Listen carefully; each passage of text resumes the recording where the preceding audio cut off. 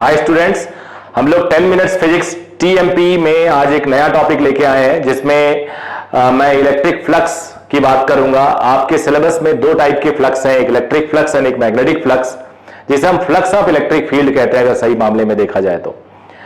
इसमें मैं कोशिश करूंगा कि बेसिक्स क्लियर कर दूं आपके आज, और एक दो वीडियो इस पे और दूंगा, बट आज जो पढ़ोगे एकदम सॉलिड पढ़ोगे। बस आप फटाफट, अगर नए लिसनर हो, नए व्यूअर हो, तो आप सब्सक्राइब कर लीजिए चैनल, आपको ऐसे बहुत सारे वीडियोस मिलेंगे। फ्लक्स ऑफ इलेक्ट्रिक फील्ड, तो basic definition of electric flux होता है, टाइम बचाने के लिए ये सब करना पड़ता है, ई dot A. A is a vector, area vector यहां पे। अब एरिया वेक्टर क्या होगा, जनरली देखो, ये मान लो एक मेरा रिमोट है, तो ये एक सरफेस है, ये सरफेस है, ये सरफेस है, इसका वेक्टर इसके परपेंडिकुलर है, ऐसे पेन की तरफ इधर और इसका इधर। तो area vector is vector perpendicular to the surface, surface के नॉर्मल डायरेक्शन में होगा। और अगर क्लोज सरफेस है तो बाहर की तरफ होगा, और एक अगर ऐसा सरफेस है तो इधर भी हो सकता है, इधर भी हो सकता है, मतलब जिसकी थिकनेस नहीं है। तो E dot A, E A cos theta, E electric field, A area vector, theta is angle between E and A. अब देखो फ्लक्स क्या होता है। फ्लक्स बेसिकली जो कॉन्सेप्ट होता है वो कॉन्सेप्ट होता है number of electric field lines. आप काउंट भी कर सकते हो, मतलब कैलकुलेट करो, जो वैल्यू आई वही नंबर होगा, number of electric field lines. मान लो तुमसे कोई पूछता है कि एक चार्ज क्यू है, वो कितने लाइंस देगा, तो हम लोग इसको थोड़ा सा इसके अगले वीडियो में पढ़ेंगे, कितनी लाइंस एग्जैक्टली। वैसे ई डॉट ए के थ्रू भी हम लाइंस निकाल सकते हैं, यहां से भी लाइन निकाल लेंगे। अब जो ई डॉट ए होगा, ई अगर दिया हो, एरिया दिया हो, तो यू विल गेट लाइंस। तो कोई मुझे कितने लाइंस, तो आप बोल सकते ये कॉस थीटा। चार्ज से कितनी लाइंस, वो अगले टीएमपी में मिलेगा आपको। तो अब मान लीजिए ये इलेक्ट्रिक फील्ड लाइंस है, ऐसे ऐसे इलेक्ट्रिक फील्ड लाइंस। अब देखो बेटा, जो ये वाला पार्ट है, ये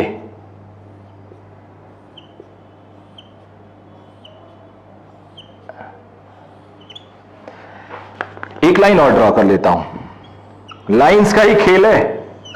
ऐसे सारी की सारी लाइंस इससे पास कर रही हैं, लेकिन अगले वाले से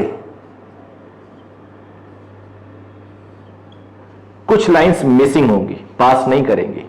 उससे अगले वाले से कुछ और लाइंस मिस कर जाएंगी जो पास नहीं करेंगी। जैसे ज्यादा अगर लाइंस चेक करनी हो, डेंसिटी बढ़ा दो। उससे अगली लाइन से कोई भी लाइंस उसके अंदर इन नहीं कर रही है। तो अगर बोला जाए कि ये सरफेस है, सरफेस 1, ये सरफेस है सरफेस 2, ये सरफेस है 3, ये 4, तो 1 से सबसे ज्यादा फ्लक्स, फिर 2 से सबसे उसके बाद, फिर 3 से उसके बाद, 4 से कुछ भी नहीं या 0। अब फ्लक्स और इसमें कैसे रिलेशन निकालें? देखो बेटा, इलेक्ट्रिक फील्ड आगे को है, ब्लू कलर यूज करता हूं, एरिया वेक्टर इधर है, area vector perpendicular to this. तो जो 1 का फ्लक्स है वो है E A, cos 0 degree is equal to E A. देखो ना, area vector perpendicular to the surface, electric field दोनों पैरेलल है, दोनों के बीच में 0 डिग्री cos 0 1 होता है। अब अगर आपने इसको थीटा डिग्री घुमाया,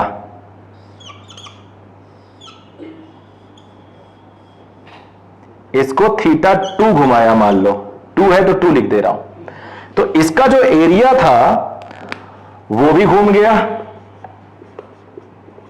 कितना घूमा? जितना आपने इसको घुमाया, थीटा 2 डिग्री। इलेक्ट्रिक फील्ड ये है भाई। इस पेन को मैं अगर घुमाऊंगा, पेन का एरिया वेक्टर ये रेड वाला है, मान लो, पेन को जितना भी घुमाऊंगा एरिया वेक्टर उतना घूमेगा। तो दूसरे सरफेस के लिए, ये वाला दूसरे सरफेस के लिए जो फ्लक्स होगा, ई ए कॉस थीटा 2। अब जो तीसरा सरफेस है, तीसरे सरफेस का मान लो इसको घुमाया गया थीटा 3, तो तीसरे वाले का एरिया वेक्टर भी थीटा 3 घूम जाएगा।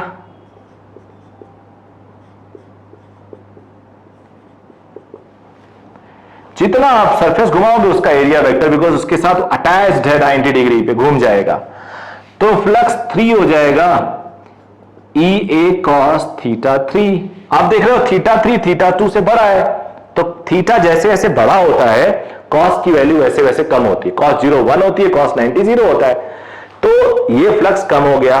अब चौथा वाला तो ने पूरा का पूरा 90 डिग्री घुमा दिया, 90 डिग्री घुमा दिया, तो एरिया वेक्टर भी इसका 90 डिग्री घूम गया। अब इलेक्ट्रिक फील्ड बेटा ये है, एरिया ये है, तो फोर्थ में flux E A cos 90 and which is 0। तो ये आ गया चारों का फ्लक्स। अब इस फ्लक्स को अगर देखा जाए तो इसके बाद मैं तुम्हें एक नया कॉन्सेप्ट दे रहा हूं, concept of projected area. Concept of projected area. Projected area क्या है?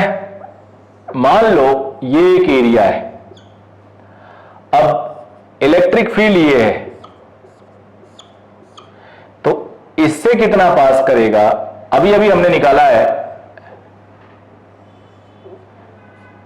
इसका प्रोजेक्टेड एरिया इसी डायरेक्शन में, जो ये एरो है इसी डायरेक्शन में, यानी इसके 90 डिग्री पे इसका प्रोजेक्टेड ले लो, ये प्रोजेक्टेड आएगा, ये प्रोजेक्टेड एरिया होगा।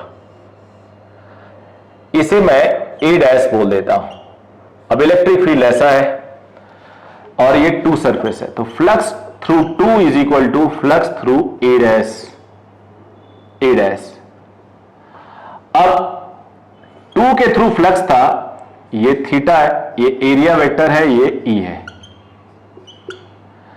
तो ई ए कॉस थीटा था, बट प्रोजेक्टेड वेक्टर की तरफ ई ए बस, बिकॉज ये दोनों पैरेलल है। अब ये प्रोजेक्टेड वेक्टर है कितना यार? जो वेक्टर जानते हो ना, ए का कंपोनेंट थीटा की तरफ क्या होता है? ए कॉस थीटा, बी का कंपोनेंट थीटा की तरफ बी कॉस थीटा। तो ये जो प्रोजेक्टेड वेक्टर है A dash is A cos theta, इसका प्रोजेक्टेड ए कॉस थीटा, तो इसकी डायरेक्शन प्रोजेक्टेड निकाल लो और फॉर्मूला हो जाएगा flux is equal to E into no theta उल्टा प्रोजेक्टेड एरिया। इलेक्ट्रिक फील्ड की डायरेक्शन में जैसे टॉर्च जलाते हैं ना, टॉर्च जलाओ तो शैडो, परछाई कितनी पड़ेगी? वो जो परछाई है वही प्रोजेक्टेड एरिया है। परछाई क्या है बेटा? प्रोजेक्टेड एरिया है। तो देखो इसका projected area A cos theta 2, इसका ए कॉस थीटा 3 और इसका 0 प्रोजेक्शन। अब इस कॉन्सेप्ट को मैं यहां पे लेके आता हूं इस स्फीयर के लिए, प्रोजेक्टेड एरिया का कॉन्सेप्ट। थोड़ा मैं नीचे कर ले रहा हूं डायग्राम। मान लो एक स्फीयर है, मान लो एक स्फीयर है ऐसे, जिसका रेडियस आर है, यहां से मुझे इलेक्ट्रिक फील्ड देना है, मान लो ये E1 है। अब मुझे बताओ कितना फ्लक्स इन कर रहा है? मॉड लगा दिया क्योंकि साइन माइनस लिखते हैं इनको। इस पूरे टोपी पे, टोपी मान लो कितना फ्लक्स इन कर रहा है। तो अगर एरिया पे जाओगे तो कोई किसी डिग्री पे इन करेगा, देखो एरिया वेक्टर ये है, इलेक्ट्रिक फील्ड ये है, इनके बीच में इतना डिग्री, यहां एरिया वेक्टर ये होगा, इलेक्ट्रिक फील्ड ये होगा, तो थीटा निकालना इम्पॉसिबल है, मुश्किल नहीं है, इम्पॉसिबल है यार, हर जगह थीटा वेरी करेगा। लेकिन अगर प्रोजेक्टेड एरिया देखो, टॉर्च जला दो इधर से या उधर से जला दो, तो जो दीवाल पे ये हेमिस्फीयर जो दीवाल पे दिखेगा वो आधा चांद दिखेगा, आधा सर्कल दिखेगा। तो प्रोजेक्टेड एरिया होगा E इंटू एरिया आधा सर्कल, बस। अब ये E1 था तो E1 लिख देना।